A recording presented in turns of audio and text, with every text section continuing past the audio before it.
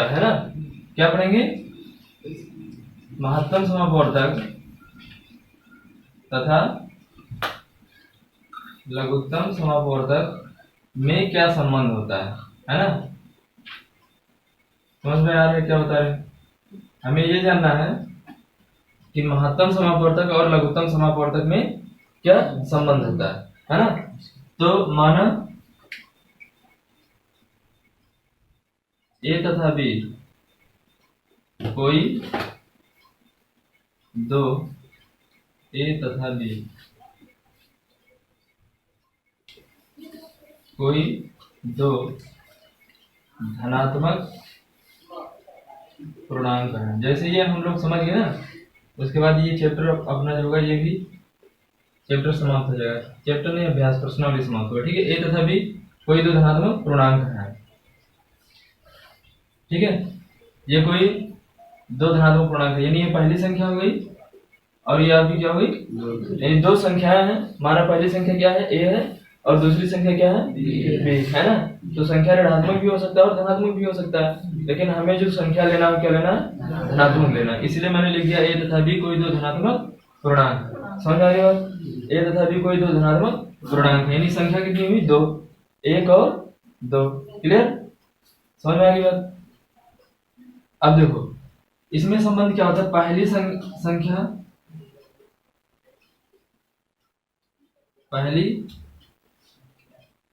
संख्या उसका पहली संख्या गुणे दूसरी संख्या, ये पढ़ा होगा कक्षा 5 में पढ़ाया। पहली संख्या गुणे दूसरी संख्या बराबर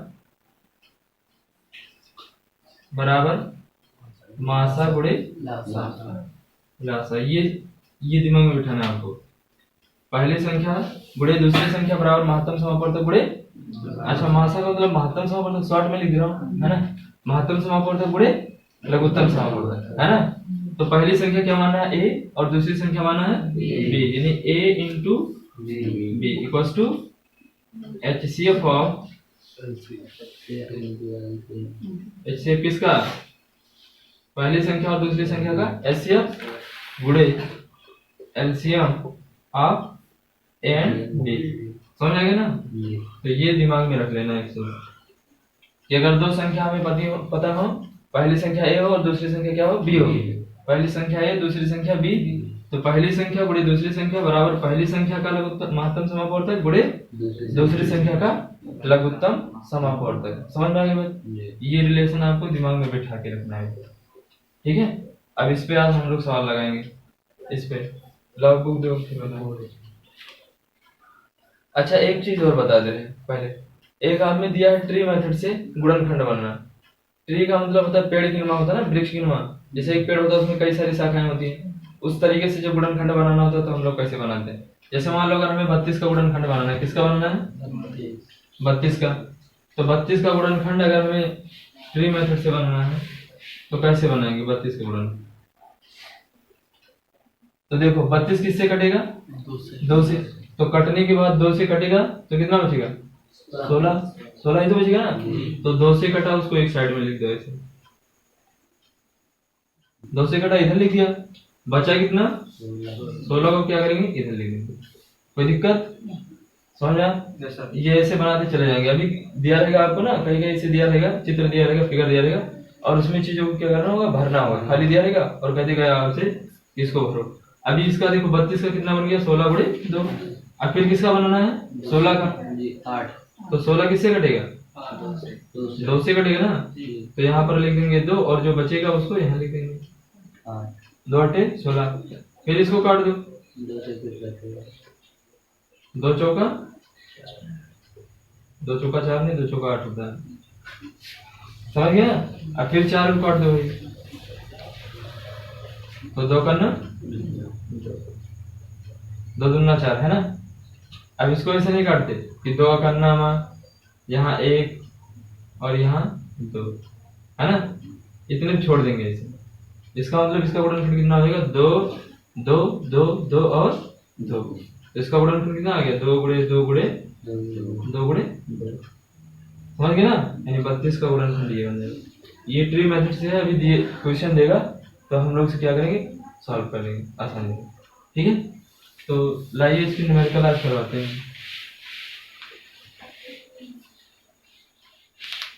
बुक दो भाई।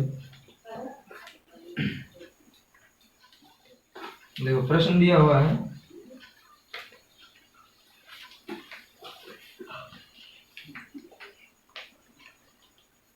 देखो 5वां क्वेश्चन लिखा हुआ है,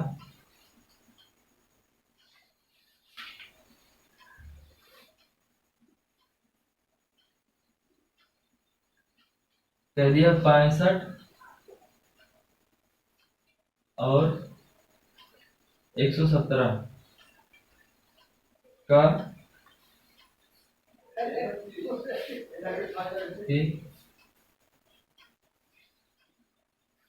HCF को 65 माइनस 117 के रूप में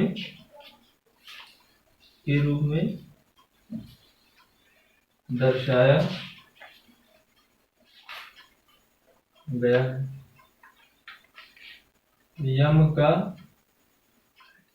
का मान ज्ञात कीजिए, साथ ही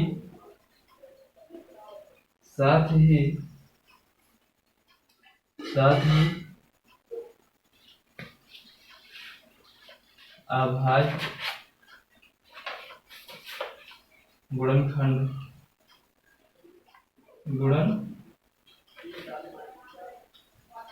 खंडन के प्रयोग से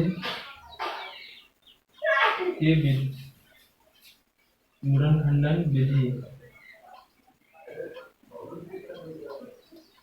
के प्रयोग से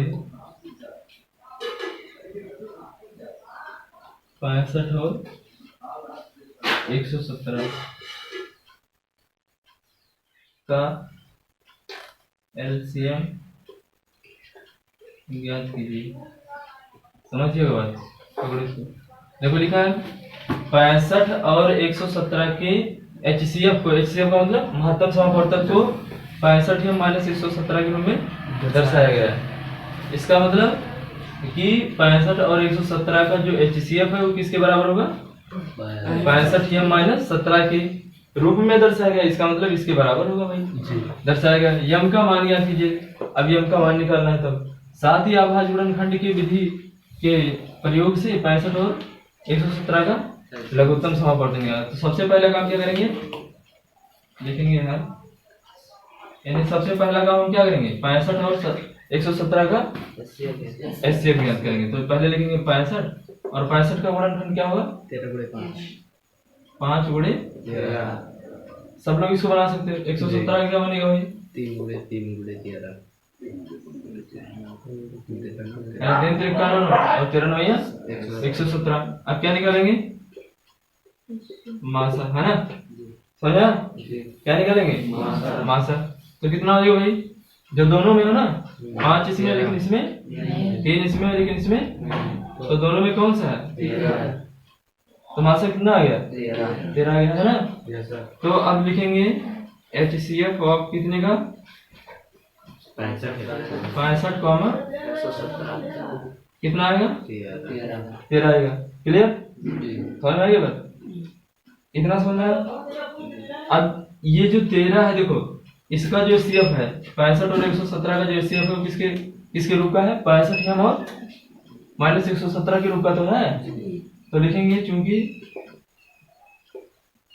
HCF of 65 comma 117 equal to 65 minus 100, भाई इसके रूप का होने का मतलब इसका HCF जो होगा वो इसके बराबर होगा। तो इसका HCF कितना है, 13। तो 13 बराबर क्या हो जाएगा, 65 माइनस 100। समीकरण हल करना जानते हो, 117 को क्या करना है, इधर ले आना है। तो कितना हो जाएगा, 13 प्लस 117 बराबर 65। हम जोड़ दो इसको, 130 बराबर, तो m बराबर कितना होगा बताओ भाई, गुणा है ना 65 से, इधर आएगा तो क्या होगा, भाग कर दो, कितना आ जाएगा, 2 ही बार जाएगा ना, m का मान निकल गया। अब हमें क्या करना है, अभाज्य गुणनखंड का के विधि का प्रयोग करके क्या निकालना है, दोनों का एलसीएम निकालना है, किसका किसका, 65 का और 117 का। तो क्या लिखेंगे, अब भैया हम जानते हैं कि हम जानते हैं, क्या जानते हो बताओ, हम जानते हैं पहली संख्या का एचसीएफ, पहली संख्या गुणे दूसरी संख्या, तो पहली संख्या गुणे दूसरी संख्या बराबर पहली संख्या का एचसीएफ गुणे दूसरी संख्या का एलसीएम, ये तो होता है पहली संख्या गुणे, यानी एचसीएफ ऑफ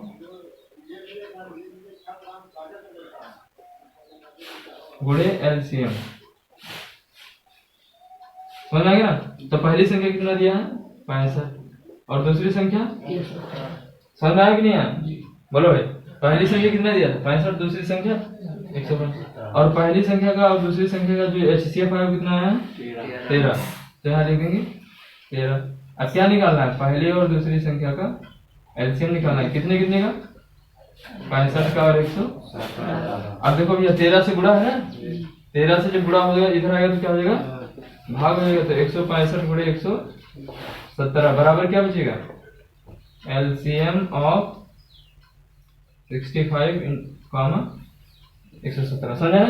देखो 13 से गुणा है ना, इधर जाएगा तो क्या हो जाएगा, भाग हो जाएगा, तो एलसीएम कितना हो जाएगा,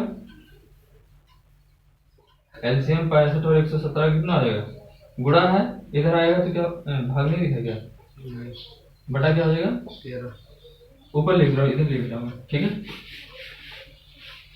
तो एलसीएम कितना हो जाएगा, एलसीएम ऑफ 65 है ना 117, तो ये भाग करो 13 बचे 65, यानी 5 गुणे क्या हो जाएगा 117, समझ में, 5 से गुणा कर दो, 5 से 35, 5 जगह 5 और 3 8 है ना, और 5 जगह 5, ये आपको क्या हो जाएगा आंसर, लो दूसरा लाइन,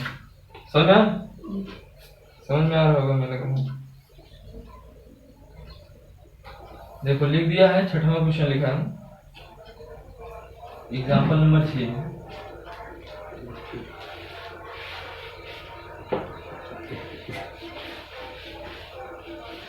देखो एग्जाम्पल नंबर 6 आपका दिया है, व्याख्या कीजिए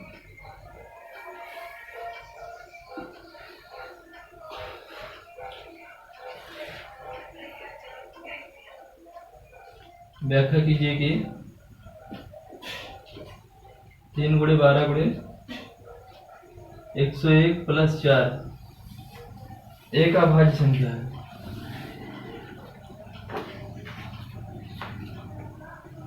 एक अभाज्य संख्या है या भाज्य संख्या है, क्या करना है, समझ आएगा। हमें ये दिखाना है कि 3 गुणे 112 गुणे 101 प्लस 4 एक अभाज्य संख्या या भाज्य संख्या। तो अभाज्य संख्या क्या होती है भाई, आप जानते हो, ये अभाज्य और भाज्य संख्या क्या होती है। अभाज्य संख्या जो एक व स्वयं से विभाजित हो, कटे, स्वयं से एक या स्वयं से विभाजित हो, कटे नहीं उसको विभाजित कहते हैं, समझ आएगा, बोलो भाई जी, जो एक व स्वयं से विभाजित हो, ठीक है। अब बैठिए, और भाज्य संख्या क्या होती है, भाज्य संख्या क्या होती है, जो एक व स्वयं के अतिरिक्त, जो एक व स्वयं के अतिरिक्त अन्य संख्या से भी विभाजित हो। समझिए बात को क्या होता है। अभाज्य संख्या क्या होती है, जो एक व स्वयं से केवल घटे, और भाज्य संख्या एक व स्वयं के अतिरिक्त अन्य संख्या से भी विभाजित हो जाए। अच्छा, सबसे छोटी भाज्य संख्या कौन सी है, सबसे छोटी भाज्य संख्या कौन सी है, सबसे छोटी भाज्य संख्या, सबसे छोटी अभाज्य संख्या, दो सबसे छोटी अभाज्य संख्या कौन सी है? दो है।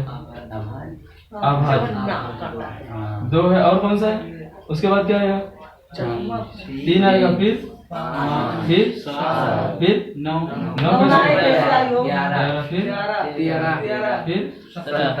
19 है ना? समझ आ गया? 21 नहीं हो सकता। देखो मैं बोला जो एक से कटे या स्वयं से कटे, जो एक से कटे या स्वयं से कटे, वही क्या होता है? भाज्य संख्या, अभाज्य संख्या होती है। और भाज्य संख्या जो एक व स्वयं के अतिरिक्त अन्य संख्या से कट जाए, तो सबसे छोटी भाज्य संख्या कौन सी होगी? सबसे छोटी भाज्य संख्या 4 होती है। सबसे छोटी भाज्य संख्या 4 होती है। उसके बाद 6, फिर 8, 9, 10। उसके बाद तो बहुत सही हो जाएंगे, है ना? सबसे छोटी जो भाज्य संख्या होती है वो कौन सी होती है? 4। कैसे? मैं आपको बताऊं, देखो ध्यान से, समझने वाली चीज है ये। आपको बेसिक पता ही नहीं, कुछ बेसिक चीजें आप जानते ही नहीं, बेसिक कॉन्सेप्ट आपको नहीं पता है। देखो अभाज्य का मतलब जो एक से कटे वो स्वयं से कटे। तो मैं बताया, अब बहुत लोग कहते हैं यार एक होगा सबसे छोटी अभाज्य संख्या। एक कैसे दिया होगा? अभाज्य संख्या जिसका दो ही गुणनखंड बने, जिसका दो ही गुणनखंड बने। अब देखो इसका 2 ही गुणनखंड बनेगा, एक का तो भैया कौन सा गुणनखंड बनेगा? कह दो 1 गुणे 1 तो कई लिख सकते हो ना, लेकिन एक तो एक ही है ना, इसमें तो और कोई संख्या है नहीं, एक ही संख्या है। लेकिन 2 में क्या हो जाएगा? 2 का 1 गुणे 2 बन जाएगा, नहीं बनेगा? 3 का क्या बनेगा? 1 गुणे 5 का क्या बनेगा? और कोई गुणनखंड बनना नहीं बनना है? 11 का भी बनाओगे कितना बनेगा? 1 गुणे 11 बनेगा। तो इसका मतलब सबसे छोटी कौन सी बनेगी? 2। और सबसे छोटी भाज्य संख्या क्या? जो एक व स्वयं के अतिरिक्त अन्य संख्या से कट जाए। तो 4 तो 1 से कटेगा ही। देखो 4 का गुणनखंड 1 तो बनेगा, 4 तो 1 से कटेगा ही कटेगा। 4 2 से भी कट जाएगा, और 4 तो इसका देखो गुणनखंड कितना बना? 3 बना। तो सबसे छोटी भाज्य संख्या 4 और सबसे छोटी अभाज्य संख्या 2। ये यूपी टेट के कई बार पेपर में पूछा गया, बहुत लोग गलती कर दिया था। ये सबसे छोटी अभाज्य संख्या कौन? सब एक मार के चले आते है ना? और सबसे छोटी भाज्य संख्या क्या होती है? 4। क्लियर? तो यहाँ पे हमको सिद्ध करना है, व्याख्या कीजिए कि 3 गुणे 12 गुणे 101 प्लस 4 जो है वो क्या है? एक अभाज्य संख्या या भाज्य संख्या। अब ये हमें पता करना है कि ये भाज्य है कि अभाज्य। तो अगर भाज्य होगा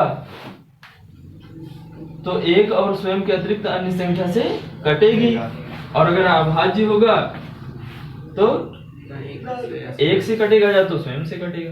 अब समझ में आएगी बात? तो खुद सिद्ध कर सकते हो, पहले कॉन्सेप्ट पता होना चाहिए, चीजों को समझने की कोशिश करो कि कह क्या रहा है। क्वेश्चन को समझ गए तो समझ लो आंसर आ गया। जैसे ये अगर इसने कह दिया कि अगर ये अभाज्य की भाज्य, तो आप क्या करोगे? अगर ये कहोगे एक से कटेगा और स्वयं से कटेगा, तब तो क्या होगा? अभाज्य होगा। और एक और स्वयं के अतिरिक्त अन्य संख्या से कटेगी तो समझ लेना क्या? भाज्य है। तो यार इतना बड़ा थोड़ा अमल करने जाएंगे हम, तो थोड़ा बहुत अपना मेथड लगा लेंगे शॉर्ट में इसको। तो 3 दिया है, क्या दिया हुआ है? दिया है 3 गुणे 12 गुणे 101 प्लस 4, ये तो दिया है। अब इसको सॉल्व करो बराबर। अच्छा देखो इसको 12 को क्या लिख सकते हो? 3 गुणे 4 और गुणे 100 प्लस का 4। कोई दिक्कत नहीं? समझ आप भैया 12 कितना नहीं लिख सकते? 3 गुणे 4। अच्छा 4 देखो दोनों में है, 4 यहाँ भी है और 4 यहाँ भी है ना? ये मत कहना 3 भी दोनों में है, ये अलग संख्या है। देखो धन लग गया ना, अलग कर दिया, जहां धन लगा वो अलग कर दिया, लेकिन ये पूरा एक ही है, ये पूरा एक है और ये अपने आप में अलग है। तो 4 इसमें भी है, 4 तो 4 हम कर सकते हैं कॉमन। तो जब 4 कॉमन करेंगे तो बचेगा क्या? 3 गुणे 3 गुणे 101, और यहाँ पर क्या बचेगा? 4 कॉमन कर लिए तो 4 बचा। जब कभी भी पूरी क्वांटिटी कॉमन करते हैं तो 1 बचता है। क्यों? क्योंकि 4 को हम लिख सकते हैं 4 गुणे 1, तो इसलिए वहां पर कितना बचेगा? 1। जब 4 बाहर कर लिया, समझ गए? तो ये हो गया 4 गुणे 3 त्रिका 9 गुणे 100 प्लस 100। 4 गुणे, अब इसमें 9 से गुणा करोगे तो क्या हो जाएगा 900, 9 प्लस का, समझ आ रहा है ना भाई, इसमें 9 से गुणा करोगे तो 900 नहीं हो जाएगा। अब इसमें 1 जोड़ दो तो कितना हो जाएगा,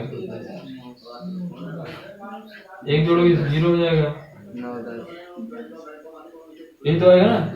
अब देखो यार, ये जो संख्या है 4, ये संख्या क्या है, 2 से भी कट जाएगा, 4 गुणा है ना, गुणा ही तो है। तो अगर इसमें भाग करोगे तो ये 2 से भी कटे, 1 से भी कट जाएगा, 2 से भी कटेगा और 4 से भी कटेगा। तो ये 1 और स्वयं के अतिरिक्त अन्य संख्या से कट रही है, इसलिए ये क्या है, भाज्य संख्या है। समझ गए ना। तो यहाँ पर ऐसे लिखेंगे, क्योंकि दी गई संख्या एक व स्वयं के अतिरिक्त अन्य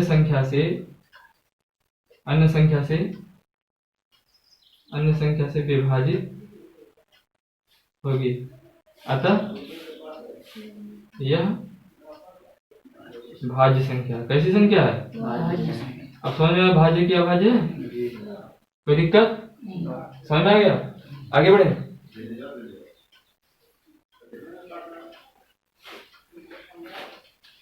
अभी देखो ट्री वाला बताया था ना आपको, ट्री वाला एक क्वेश्चन आ गया इसमें।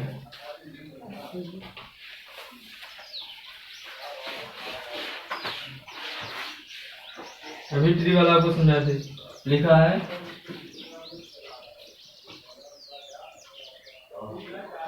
निम्नलिखित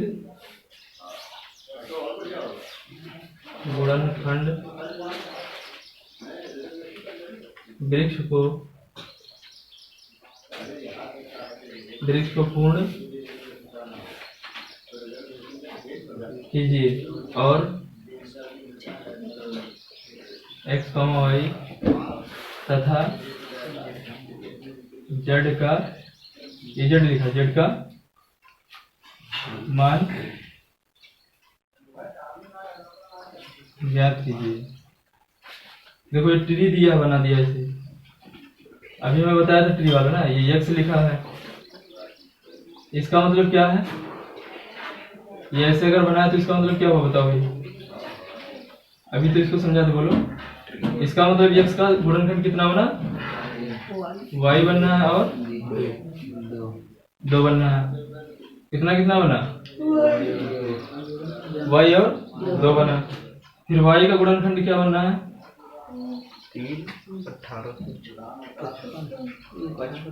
18 55 और 3। फिर इसका 18 55 कितना बनना है, कितना बनना है, 3 से 71 और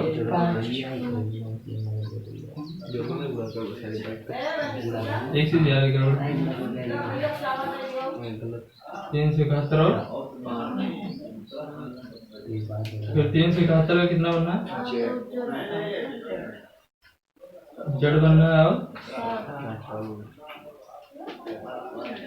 जेड बना और 7 बना है ना। देखो सही लिखा है, क्वेश्चन सही लिखा है। अच्छा, इसमें एक्स वाई और जेड का मान निकालना है, ध्यान समझिए। अभी मैंने आपको ट्री वाला बताया था, अभी पहले वही समझाया था, ट्री वाला समझाया था कि ट्री विधि से हम लोग गुणनखंड कैसे बनाएंगे। बहुत सिंपल था, बता दिया था आपको। जैसे अभी ट्री वाले में अगर मान लो मैं 50 का गुणनखंड बनाना, कितने का बनाना है, 50 का फैक्टर हमें करना है, 50 का गुणनखंड हमें ज्ञात करना है। तो 50 का गुणनखंड हम लोग ट्री विधि से कैसे ज्ञात करेंगे, तो पहले 50 को देखो, 50 को पहले किससे काटोगे, 2 से कटेगा ना, तो 50 को 2 से काटोगे कितना बचेगा, 25 बचेगा, क्लियर। तो इसका मतलब 50 का 2 फैक्टर बना, कौन सा, तो जो 25 बचा था, यानी भाग देने पर 2 से भाग करे थे ना, 50 में 2 से भाग किया तो क्या बचा, 25। तो जो 25 बचेगा उसको यहाँ लिखेंगे और जितने से काटा उसको यहाँ लिखेंगे, समझ आ गया। अब 25 को क्या करना है, 2 पार्टों में फैक्टर कर देना है। तो 25 को किससे काटोगे, 25 को किससे काटोगे, 5 को 5 से, तो 25, समझ गए। 5 से भाग दिया तो 5 यहाँ लिख दिया, अब क्या बचा, 5 बचा। तो इसका गुणनखंड कितना हो जाएगा? इसका गुणनखंड लास्ट में जो दोनों बचता है, अब 5 का नाम 5 एक आ जाएगा ना जी। तो एक को नहीं लिखते, अगर लिखना होगा तो लिख देना ऐसे कि 1 हो गया और ये हो गया 5। तो इसका गुणनखंड कितना बना? 2 गुणे 5 गुणे 5। यही वाला जो इधर वाला होता है वो क्या होता है? गुणनखंड होता है, समझ गए ना? तो इसका गुणनखंड बनेगा 2 गुणे 5 गुणे 5, या ऐसे कहीं कहीं ऐसे लिखा रहेगा तो वो भी समझ लेना। लास्ट में भैया अब तो एक ही बचेगा ना, 5 बार ही तो जाएगा, 5 का नाम 5 एक ही तो जाएगा, तो इसका गुणन 2 गुणे 5 गुणे 5, समझ गए ना? तो अब हमें क्या करना है? अब हमें अगर ऐसे दिया होगा तो इसकी सहायता से हमें इसकी वैल्यू फिलअप करना है। बोल दिया कि बताओ x की वैल्यू कितनी होगी, y की वैल्यू कितनी होगी और z की वैल्यू कितनी होगी, यही तो कहा है ना कि y की। तो देखो यहाँ पर जो है वो गुणनखंड किसका है? यानी ये जो 25 है, 25 का गुणनखंड क्या था? 5 और 5। इसका मतलब इन दोनों का गुणा करें थे तो क्या आया था? 25। फिर इन दोनों का गुणा करेंगे तो क्या आएगा? 50। समझ में आएगा ना? ऐसे प्रोसेस करना है। तो अब देखो अगर हम कहते 7 और z का गुणा कर देंगे तो किसके बराबर हो जाएगा? 371 के। समझ में आई बात? ऐसे लगाना है, समझिए ध्यान से। देखो इसका इसका गुणा करोगे तो किसके बराबर आएगा? 25। तो वैसे जब इसका और इसका गुणा करेंगे तो किसके बराबर आ जाएगा? और इसका और इसका गुणा करेंगे तो इतना आ जाएगा। फिर इसका और इसका गुणा करेंगे तो ये आ जाएगा। फिर इसका और इसका गुणा करेंगे तो x आ जाएगा। सिंपल है बहुत, केवल दिमाग लगाना, कॉन्सेप्ट यार, समझो बात। तो अब इसको मिटा दें, समझ में आ गया। तो अब अभी मैंने बताया क्या लिखेंगे? हल। क्या हो जाएगा भाई? 7 गुणे z, 7 गुणे z बराबर क्या हो जाएगा? 300। तो z बराबर क्या हो जाएगा? देखो गुणा 7 से ना उधर जाएगा तो क्या हो जाएगा? भाग। तो कितना हो जाएगा? बताया तो भाई, गुणा होता है अगर उधर जाता तो क्या होता है? भाग होता है। तो कितना आएगा? भाग करोगे 7 7 25 भैया 7 25 35, 5 बार जाएगा ना। फिर कितना बचेगा? 2 21 7 तो z का मान आ गया, z निकल गया। अब क्या निकालना है? y और x। कहोगे सर जी पहले x निकालेंगे तब y निकालेंगे तब z निकालेंगे, ऐसा कोई बात नहीं है ना। चाहे x निकालो y निकालो, कुछ भी निकालो, हमको जो निकालना भी है तीनों, चाहे हम पहले चाहे जो निकाल लें, है ना। जैसे हम आपको 3 काम दे दिए कि भैया ये काम करना है, आपको क्या करना है? प्रकाश का अपवर्तन याद करना है, प्रकाश का परावर्तन याद करना है, और क्या नाम है? क्रांति कोण याद करना है। तो कोई जरूरी नहीं कि गुरुजी कहे पहले प्रकाश का परावर्तन याद करो तो पहले प्रकाश, भैया तीनों तो याद करने के लिए है ना। जो आपको पहले अच्छा लगे वही निकाल लो। तो सरल यही पड़ा था इसलिए पहले इसको निकाल ले। अब किसका मान निकालेंगे? y का। तो y का मान कैसे निकालेंगे? देखो y यही तो है, तो y किसके गुणनफल के बराबर होगा? 3 और 1855। तो y बराबर क्या हो जाएगा? 3 गुणे कितना आ रहा है बताओ? 3 25 15 और 3 3 8 24 24 है 25 और 3 करना 5। आंसर आप बताते रहिएगा, आंसर आप मिलाते रहिएगा कि इसका इतना आ रहा है इसका इतना आ रहा है। नहीं बाद में जब लगा दे तो कोई इसका आंसर ही नहीं आ रहा। आ रहा है ना जी। अब किसका मान निकालना है? x। अब x का मान निकालेंगे। तो x का मान कैसे निकालेंगे? x कितना होगा बताओ? 2 गुणे x बराबर हो जाएगा 2 गुणे x बराबर क्या होगा? 2 गुणे y। तो यानी x बराबर हो जाएगा 2 गुणे y की जगह पर कितना लिखेंगे? देखो y का मान आपने निकाला कितना? समझ में आ रहा है ना? तो गुणा कर दो भाई, x गुणा कर दो यार। 2 पंचे 2 छक 12 और 1 13, 2 पंचे 10 और 1 11, 2 पंचे 10 और 1 11। अब समझ में आ गया? तो ये x का मान इतना आ गया और y का मान इतना आ गया और z का मान इतना आ गया। तो इस तरीके से हम जो अगर वृक्ष मेथड से गुणनखंड कहेगा या उसको फिलअप करने का कहेगा तो हम कर सकते हैं आराम से। समझ में आ गया? अब लाइए अगला प्रश्न बताते हैं। ये चैप्टर जो अगर चाहोगे आप ना तो खुद से अब लगा सकते हो, मेथड पूरा बता दीजिए।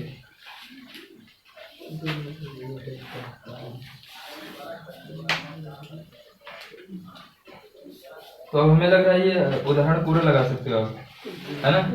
इसमें